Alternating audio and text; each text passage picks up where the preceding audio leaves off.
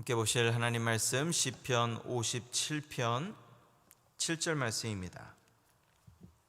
시편 57편 7절 말씀.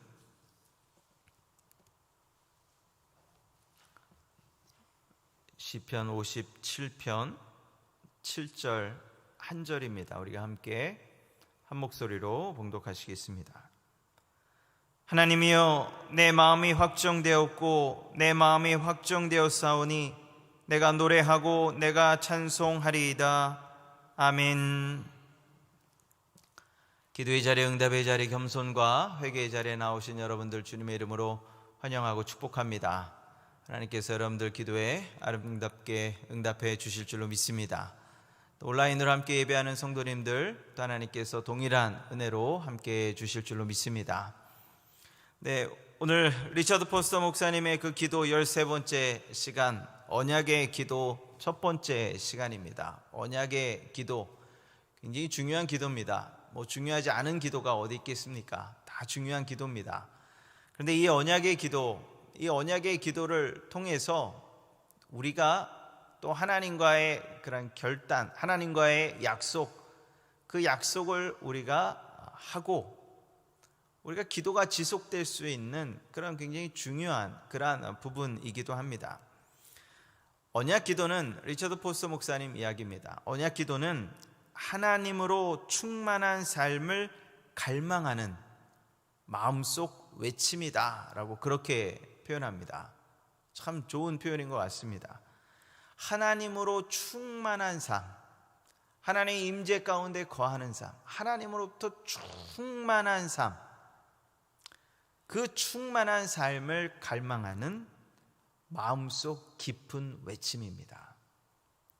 그래서 우리가 그 언약의 기도를 할 때마다 내가 얼마나 하나님과 함께하고 싶은지, 또 하나님으로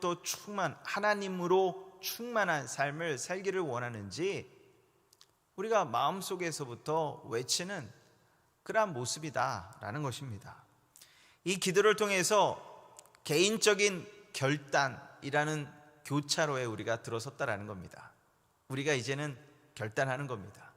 어디로 갈 것인지 우리가 결단하는 그 교차로에 들어섰습니다. 바라기는 주님을 향해 가시는 여러분들 되시기를 주님의 이름으로 간절히 축원을 드립니다. 그 교차로에 이제 우리가 서 있습니다. 그리고 그 기도는 헌신의 골짜기를 통과하며 헌신이라는 골짜기를 통과하는 겁니다. 헌신은 쉬운 결단은 아니죠. 어렵죠. 하지만 그 헌신의 골짜기를 우리가 지나야 하는 겁니다. 그리고 순종의 산등성이를 오르는 것이다. 순종의 산등성이로 우리를 안내한다라고 그렇게 말씀합니다. 참 어려운 그런 골짜기를 지나고 그리고 힘든 산등성이를 오르지만 우리가 순종하고 그 길을 걷는 겁니다. 언약의 기도의 본질은 바로 오늘 우리가 읽은 이 시편 기자의 고백과 같다라고 그렇게 말씀합니다. 하나님이여, 내 마음이 확정되었고 내 마음이 확정되었사오니 내가 노래하고 내가 찬송하리이다. 내 마음이 확정됐습니다. 주님께로 확정되었습니다. 내가 노래하고 내가 찬송하겠습니다 라는 그런 결단과 다짐과 헌신과 순종입니다. 그래서 오늘은 그 헌신과 그리고 또 결단, 그 부분에 대해서 우리가 함께 보려고 합니다. 먼저 첫 번째, 약속하는 것에 대한 두려움입니다. 약속하는 것에 대한 두려움. 헌신이라고 하면 많은 분들이 굉장히 두려워합니다. 그리고 위축됩니다. 거의 본능적으로 움츠러든다라고 그렇게 이야기합니다.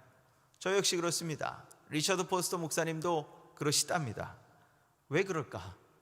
왜 헌신이라고 하면 왜 움츠러들고 또 두렵고, 오늘날 많은 사람들이 어떤 종류의 헌신에도 익숙해 있지 않기 때문에 그렇습니다. 어떤 의미에서 우리의 잘못이라기보다는 이 사회적인 그런 흐름입니다. 사회적인 조류고, 이 시대의 조류고, 사회적인 분위기입니다. 헌신은 책임이 있고 또 그 책임은 무언가를 제한하는 것처럼 느껴집니다. 그래서 우리는 헌신을 이야기할 때 굉장히 두렵습니다. 그리고 헌신으로 나아가는데 주저합니다. 자유라는 것을 우리는 속박이 없는 상태를 자유라고 그렇게 우리는 생각을 합니다. 그러나 진정한 자유는 헌신과 훈련과 반복된 습관을 통해서 진정한 자유를 이루는 것이다 라고 이야기합니다. 예를 들면 이렇습니다. 그리스의 웅변가였던 데모스테네스는 입에 자갈을 물고 노호하는 바다를 향해서 소리 지르는 훈련을 겪었기 때문에 위대한 웅변가가 될 수 있었다라고 이야기합니다.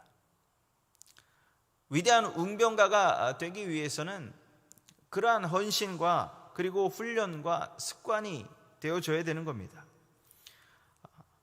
핸델은 작곡에 정진했기 때문에 메시아와 같은 대작을 작곡할 수 있었습니다. 작곡하는 데 있어서 진정한 자유로움을 느낄 수 있었던 것은 그가 작곡에 헌신하고 훈련하고 끊임없이 그 작곡에 매진했기 때문에 그 진정한 작곡에서의 자유를 누릴 수가 있었던 그런 모습입니다. 그래서 우리는 헌신이라고 하면 우리 자유가 제한될까 봐 헌신의 길로 나아가는 것을 주저합니다. 그러나 진정한 자유는 헌신을 통해서 이루어지는 것이라는 겁니다. 두 번째, 우리는 또한 헌신을 하게 되면 우리 생활에서 자발성과 기쁨을 모두 빼앗겨 버리는 것은 아닐까라는 그런 생각 때문에 헌신하는 것을 우리가 주저합니다. 의무적으로 하게 되니까 내가 원해서 기뻐서 해야 되는데 내가 헌신하게 되면 정해진 것에 내가 너무 자발적이지 않고 의무적으로 하게 돼서 그 기쁨을 다 빼앗기는 거 아닙니까? 그런 생각 때문에 우리가 어떤 시간도 헌신하기가 어렵고 또 어떤 것을 결단하고 그것을 계속해서 진행하기도 참 어렵습니다. 그런데 보네포는 이렇게 이야기합니다. 기도는 하나님께 하고 싶을 때 하는 것이 아니라 의무적인 것이다. 하나님께서는 그렇게 요구하신다. 하나님께서는 그렇게 요구하시는 것입니다. 기도는 내가 하고 싶을 때 하는 것이 아니라 의무적인 것이라는 겁니다. 반드시 해야 되는 것이라는 겁니다. 그런데 우리가 의무라고 해서 너무 두려워할 필요도 없습니다. 냉혹해할 필요도 없습니다. 나의 자발성이 없어지고 기쁨이 없어지는 것이 아니라는 겁니다. 우리가 잘 아는 이 시편의 문맥으로 바라보면 의무적인 기도를 시편의 기자가 하고 있습니다. 의례적인 기도일 수도 있습니다. 정기적인 기도일 수 있습니다. 그렇게 형식적인 그러한 기도를 하지만 그 가운데서도 기쁨이 넘치는 모습을 볼 수 있습니다. 베드로와 요한도 마찬가지입니다.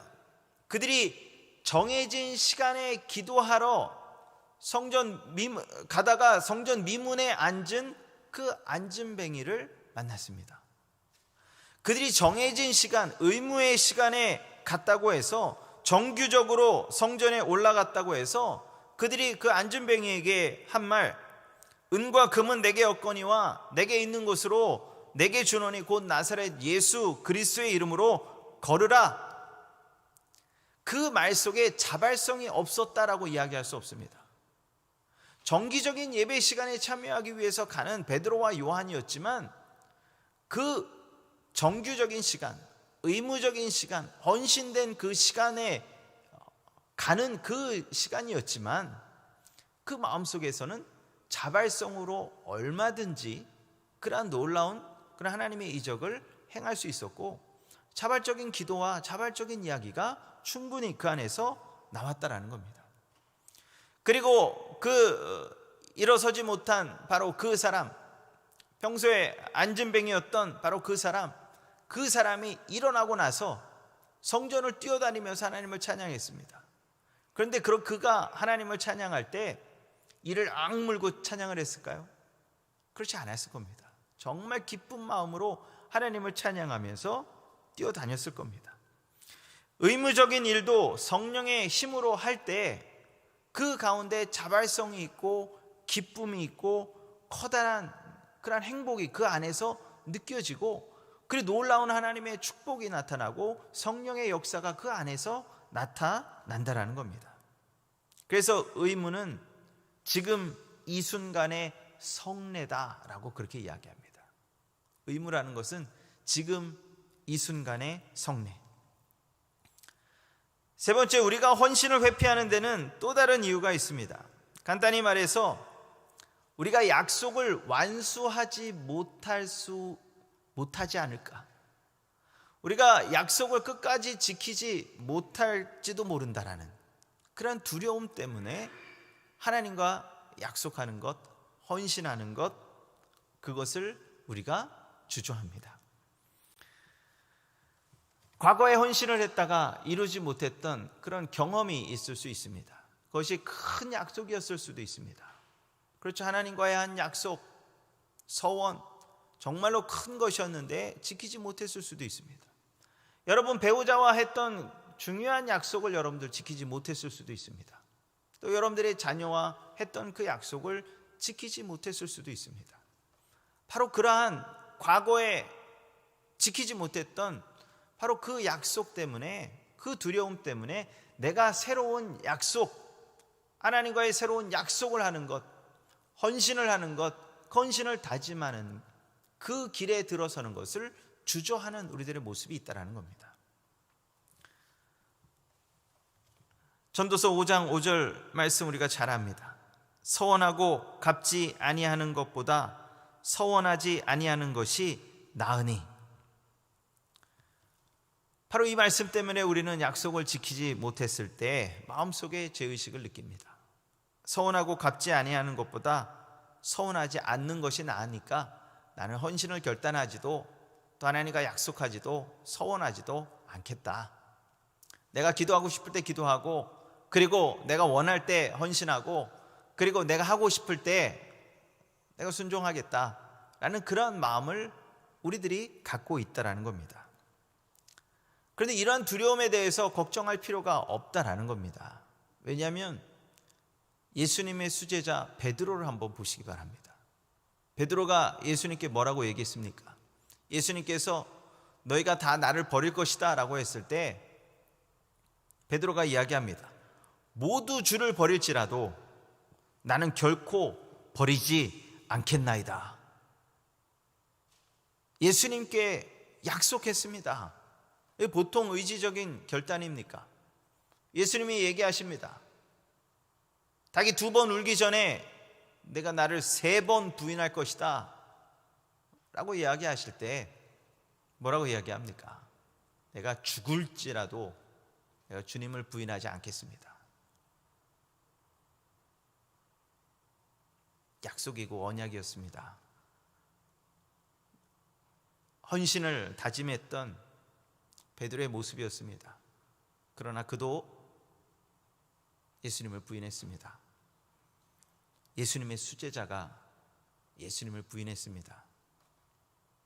예수님으로부터 직접 가르침을 받았고 살아계신 하나님의 아들이라고, 주는 그리스도시요 살아계신 하나님의 아들이시니이다, 누구도 고백하지 못했던 그 고백을 했던 그런 반석이었던 베드로도 그 연약한 모습을 우리가 보게 됩니다. 하나님은 우리 연약함을 아십니다. 우리의 본뜻을 아십니다. 우리가 하나님 앞에 우리가 헌신을 다짐할 때 그때 그 우리의 마음을 하나님께서 아십니다. 그리고 또 우리의 연약함도 아십니다. 하나님께서는 우리의 연약함과 부족함을 알고 계십니다. 그래서 하나님께서 우리를 정죄하지 않으시는 부분들이 있습니다. 하나님께서 정죄하지 않으시는데 우리 스스로가 정죄합니다. 우리 스스로가 죄책감을 가지고, 물론 우리가 하나님과 약속을 어긴 것에 대해서는 죄책감을 가져야 되죠. 그러나 하나님께서 용서하시고 또 하나님께서 잊으신 그것을 가지고 우리는 끊임없이 괴로워하는 그러한 모습이 있습니다. 하나님께서는 하나님을 기쁘게 해드리려는 우리들의 그 마음을 아십니다. 그래서 그 마음을 받기를 원하시는 겁니다. 그래서 우리가 헌신을 결단한다라는 것은 우리가 하나님을 기쁘시게 하는 우리의 그 의지적인 그 결단입니다. 그리고 그 결단을 통해서 하나님께서 기뻐하십니다. 이미 기뻐하셨고, 그리고 우리가 그것을 끝까지 수행하든 수행하지 못하든 하나님께서 우리 마음을 이미 아시고 또 우리의 그 순전한 그 헌신의 그 마음을 이미 알고 계시다라는 겁니다. 그리고 그러한 마음, 하나님께 헌신하고자 하는 그 마음이 마음속에 드는 것, 이것도 사실은 성령의 역사고, 하나님께서 그러한 마음을 우리 안에 주시지 않으면 우리가 그런 마음조차도 가질 수가 없습니다. 그렇기 때문에 우리가 두려워할 필요 없이, 내 자유가 제한되는 것도 아닙니다. 내가 또 의무적으로 하다 보면 자발성도 없어지고 기쁨도 없어지고 그렇지 않습니다. 정규적으로 하지만, 정기적으로 하지만, 그리고 또 때로는 의례적으로 하는 것 같지만 그 가운데서도 자발성이 있고 기쁨이 있고, 그리고 또 자유함이 있고, 그리고 하나님을 기쁘시게 할 수 있고, 그리고 중간에 우리가 멈추더라도 할 수 없을지라도 우리 그 연약함을 하나님께서 아시기 때문에 우리는 헌신을 결단하는 겁니다. 말하기는 하나님께 헌신을 결단하시는, 하나님께서 그런 마음을 주셨을 때, 불일 듯 일어나는 그런 마음이 있으실 때 하나님 앞에 그 헌신을 결단하는 저와 여러분들 되시기를 주님의 이름으로 간절히 축원을 드립니다. 두 번째, 생명을 주는 언약입니다. 언약은 성경에 나오는 용어입니다. 하나님께서 노아, 그리고 아브라함, 모세, 그리고 다윗과 언약을 맺으셨습니다. 그리고 예수 그리스도를 통해서 우리에게 새 언약을 주셨습니다. 언약이라는 것은 헌신입니다. 우리가 싫어하는 반감을 갖는 그겁니다. 헌신. 그러나 만일 하나님께서 아브라함의 자손을 통해서 이 세상에 복 주시기 위해서 자신을 내어놓지 않으셨다면 우리의 모습은 어떻겠습니까? 하나님의 헌신이셨습니다. 우리가 헌신하는 것을 주저하지만 하나님께서는 우리와 언약을 하셨고 우리와 약속을 하셨고 하나님 자신을 우리에게 내어주셨습니다. 하나님의 입장에서 보면 엄청난 헌신이십니다. 우리 죄를 씻으시기 위해서 자신을 헌신하지 않으셨다면 우리 죄는 어떻게 되겠습니까? 하나님께서 모세와 언약을 맺으실 때 이스라엘 백성들을 애굽 땅에서 출애굽하시겠다, 해방시키시겠다, 구원하시겠다, 그렇게 약속하셨습니다. 그리고 헌신하셨습니다. 그들을 보호하고 인도해 주시겠다라고 약속하셨습니다. 그리고 그 약속이 이루어졌습니다. 그 약속이 이루어지고 그 약속에 대한 반응으로서 이스라엘 백성들은 십계명을 지키는 겁니다. 하나님의 그 헌신에 대한 반응으로서 우리가 그 계명을 지키는, 그리고 우리도 또 헌신하고 또 약속이 되어야 되는 그런 부분입니다. 예수님께서 그의 피로 세우신 새 언약도 그에 못지않게 많은 것을 요구하십니다. 갈보리의 희생, 십자가에서의 그 희생은 하나님의 헌신이십니다. 예수 그리스도의 헌신이십니다. 바로 그 헌신, 우리가 헌신하기를 주저하지만 이미 하나님께서는 우리에게 그 자신을 내어주셨습니다. 바라기는 주저함 없이 헌신의 자리로 나아가는 저와 여러분들 되시기를 주님의 이름으로 간절히 축원을 드립니다. 다시 기도하시겠습니다. 사랑해 주님, 감사합니다. 때로는 저희들 헌신해야 됨에도 불구하고 헌신을 가로막는 여러 가지 주저함이 있습니다. 결단하고 주님과 약속해야 됨에도 불구하고 약속하고 서원하기를 두려워하는 우리들의 마음이 있습니다.